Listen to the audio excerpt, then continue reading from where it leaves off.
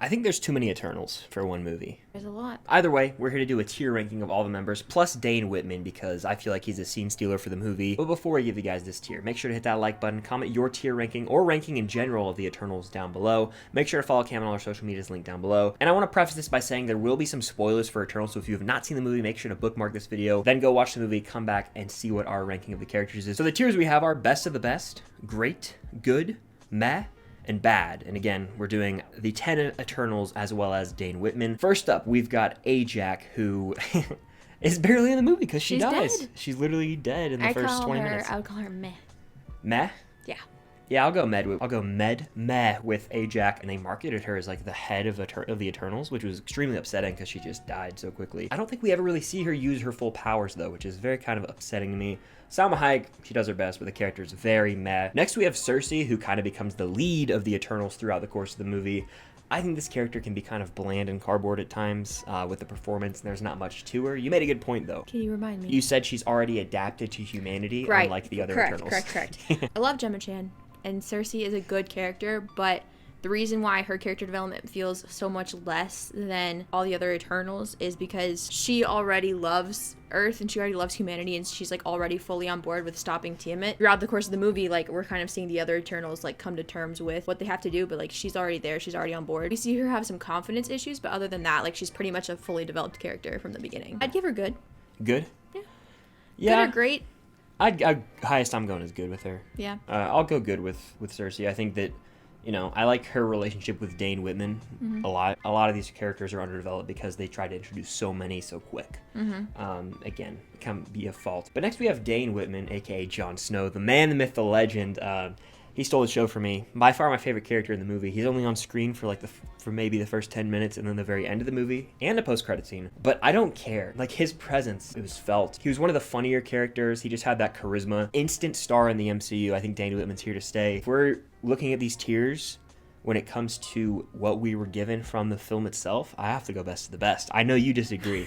Best of the best for Dane Whitman. I'll let you put him in best of the best because I know I'm gonna pull this card on a different character. Okay, fair. We'll go best of the best with Dane. For me, I wouldn't put him in best of the best simply just because he really was in the movie for like 10 minutes. And I love Kit Harrington. I love Jon Snow. I know I'm going to love Dane Whitman. When we get more of him, he will be best of the best. I don't think it's fair to put him in best of the best when we really did not get that much from him. I think it is fair to put him in best of the best because of all these characters, not only is he the best of the best, but he carried and he had more charisma and screen presence than any of the other characters in my opinion. I was the most interested in this guy, and towards the end of the movie I was like, we were really deprived of this character because he brought life to the movie where it felt like it was missing some when he was not on screen. Love the character. And of the Eternals, he's got to be the best, even though he's not an Eternal. Next we've got Druig, who I know Cam loves. And, our boy. Yeah. I love Where would you Druig. put Druig? I would put him in best of the best. Best of the best, okay. Honestly, yeah. I would go great. Here's the thing. I think Druig is one of the more dynamic of the Eternals characters just because of the morals he has and the fact that he feels so differently about humans from the get-go versus all the other Eternals. I just think the actor is good. I like the things that the character did. He stepped up when Sersi felt like she couldn't defeat Tiamat, and then he stepped down when Sersi realized she could defeat Tiamat, and I think he's just a very good character. Yeah, he's definitely the moral compass of the Eternals, and he's the only one who really cares about humanity in a way the others don't. So that is a very valid point. I'll let you put him in great. We can go wherever you want. You have full reign here. Put it wherever you want. Because I know that I'm fully aware that putting Dane Whitman in the top category is blasphemous to many. I'll so. put him in great. Put him in great. Okay. We'll put him in great. Next, we've got Gilgamesh, who... I love Gilgamesh. I really do. And I love his relationship with Thena. I think that's a sweet relationship. He's funny. He's the brooding Eternal. I almost just said Avenger. He's an Eternal. He's fine. Good. I'd probably go good. Yeah, Good. If there was a category between good and mad, maybe he'd be there. But I like him. I think he would have been great if he didn't die. Yeah, he died quickly, and we're never going to have that time to attach to the character. He was one of the more underdeveloped ones, so his death didn't hit me as much as others. Next, we have Ikaris, who I think is one of easily the most intriguing characters in this entire thing, with the most conflict. Like, similar to Druig, Ikaris is definitely a really dynamic character. He goes through a lot. He's good, and then he's not good, and then he's good again. You see a lot of emotion out of him, especially at the very end of the movie. You feel for his character a little bit. He's evil, but he's not evil. He's really not evil. He's genuinely just, like, misled. Best of the best, right? Or great, maybe? I'd say best of the best within the context of the movie. He is the reason that everything kind of happens. He kills Ajak. He misleads everyone, but he also has a romantic relationship with Sersi, which is like the heart and soul of that group. He's viewed as the leader by many, and then his betrayal kind of turns a lot of heads. So I think he's the most conflicted character, one of the better performances in the movie from Richard Madden. He gets to break down like twice. And I mean, he's freaking Superman at times, so I gotta put him in best of the best as well. Next is Kingo, who's my guy. Love him so much. I think Kumail kills it in this role. He's hilarious, and also a lot of people have been complaining online about how he's not in the final battle. That didn't really bother me. Like, what would he have added to it? Like, I feel like he was almost a comedic relief in a lot of this movie, but he also had, you know, those moments with like Sprite and other characters where he could kind of bring the best out of them. He couldn't have been in the final battle without picking Ikaris' side. That's the thing. We got a lot of him in the battle in the woods. I would say it's either great or best the best. We can go great with him because he is kind of sidelined at the end, but he is my favorite of the Eternals. Next we have Makkari. I'm pulling my card here. She's best of the best. Okay. I know she's not in the movie for a lot of it because she's on the Domo, and so we don't see her until the entire team is assembled and they're going to the Domo. But I love her. Every time she's on screen, I think she kills it. I love her and Druig together. I think Makkari is very funny. I love seeing her use her powers on Ikaris in the final battle of the movie. Yeah. That was really, really cool. I'll put it there just for you because I wouldn't put her there. I know you wouldn't. So you like Makkari a lot, right? Love her. Yeah, that's fair. I mean, to each their own. I love Dane for reasons that I can't really describe. Maybe it's just my Kit Harrington, Jon Snow, Game of Thrones bias. I didn't attach with Makkari, but you did. Yeah. And that's totally fair. Next we have Phastos, who is one of the characters that I think is the best developed and fleshed out because we see how he is responsible for kind of pushing this technology and advancement for humanity. And then we see what the negative impact of that is when the nuclear bomb is dropped in World War II. And he's like, how could I have been like sort of responsible for this in a way as I was able to push humanity this far? Like, I don't know if these people are even worth fighting for anymore or defending. So he kind of retires and he has a family. So we get that flashback of him, which is extremely powerful and actually gives him a lot of characterization.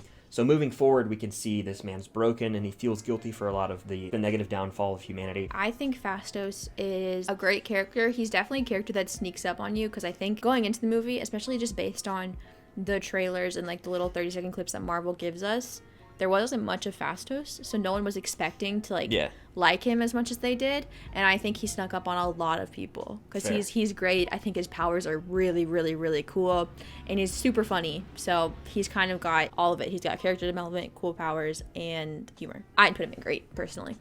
We can go great with him. So next is Sprite, who I think is our least favorite of the bunch. I don't like her character at all because I think she's really entitled among the Eternals. Like, everyone's had to go through some stuff, and she feels like just because she's a little younger, she's had the worst end of the stick, which is fair, the short end of the stick, but you know. I feel so bad for saying I don't like Sprite because I like the actress that plays her. She's kind of just irritated by everybody the whole movie. By the end of it, she picks Ikaris' side, and then she like tries to kill Sersi, and that just doesn't fly with me. She doesn't even have a redemption. She's just forgiven because the other Eternals are nice. I'm going bad.